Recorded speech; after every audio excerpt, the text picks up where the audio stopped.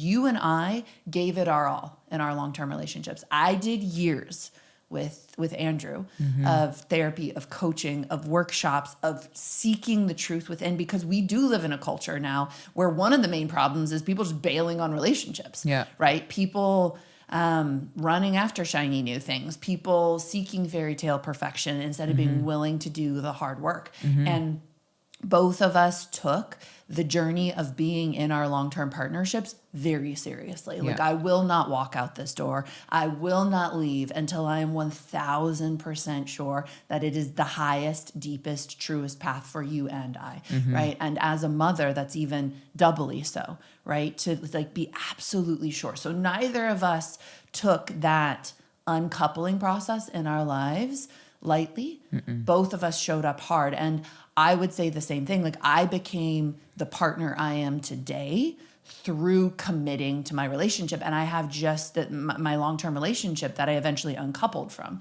I'm going in, doing the work, committing to making sure that it was not a blockage in me, that it was not something unexamined in me. And I became the amazing partner I am today because of that process. So I just want to footnote that we didn't just willy-nilly be like, woo, like, no, like springtime in Cancun or whatever, I'm out, you know?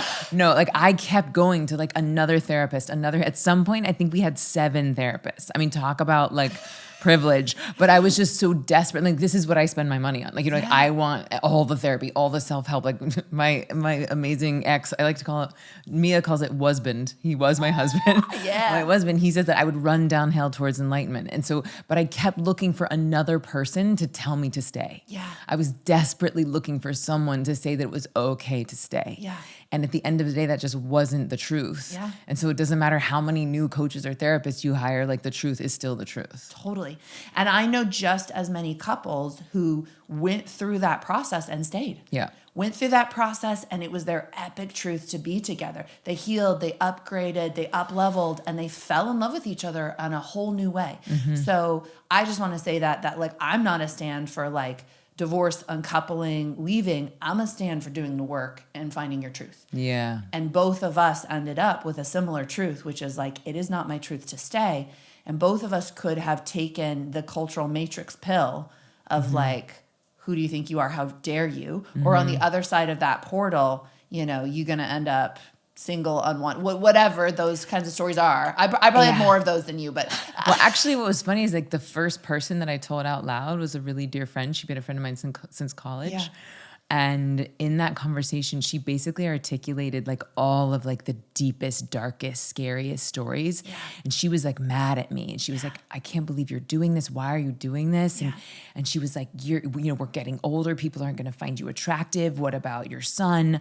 Like, this is not fair. Like, literally articulated all of it. And it was such a gift because as hurtful as it was and as painful as it was to hear that, I was like, oh, those aren't my stories. Like, I actually don't think those are true. Yes.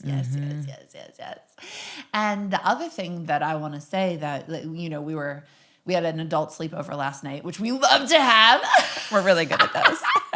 And as we woke up and we were actually talking about this podcast, you know, we were both with kings, right? A man can be a king and not your king.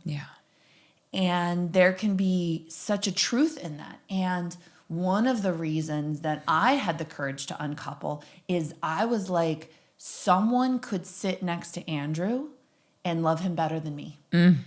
I just know that. And it's not because there's anything wrong with him. It's an alchemy. How dare I take the spot of some woman who could love him better than me?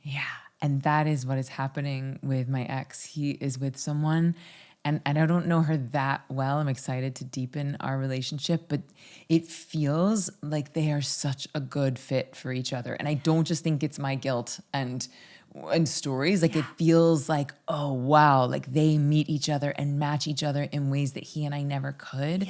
And that feels very affirming. Because he is a king and he loved me in an extraordinary way. Like, truly, I don't know if there's another person on the planet who has given me as much as he gave me.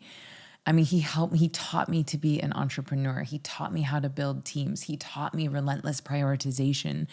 And he And what was fascinating is that he was loving me so exquisitely with his love language, which was supporting and building infrastructure and logistics and handling all of that. And I realized like that's not my love language. It's hard for me to receive love in that way. Yeah. And he was working so hard to build this infrastructure around me so that I could trust myself, because he saw my vision, he saw my greatness, he saw my intuition. He knew that there was something special there, and so he wanted to fortress that. Yeah. And he did an amazing job. And through no fault of his, it was hard for me to trust myself when he was in the company. Like when he was the CFO, because he was older than me, he had much more professional experience than me. He had an economics degree from Duke, had like sold multiple companies, had built multiple infrastructures, built 1,000-person teams. So here I am, a musical theater major running like a small business. I couldn't get over my cultural programming that he knew better than me. And that's not his fault. He kept saying, like, what do you think? Like, he would invite me to trust myself, but I couldn't trust myself when he was still inside of the picture. And so in the bravely stepping into the unknown, it forced me to trust myself in a new way.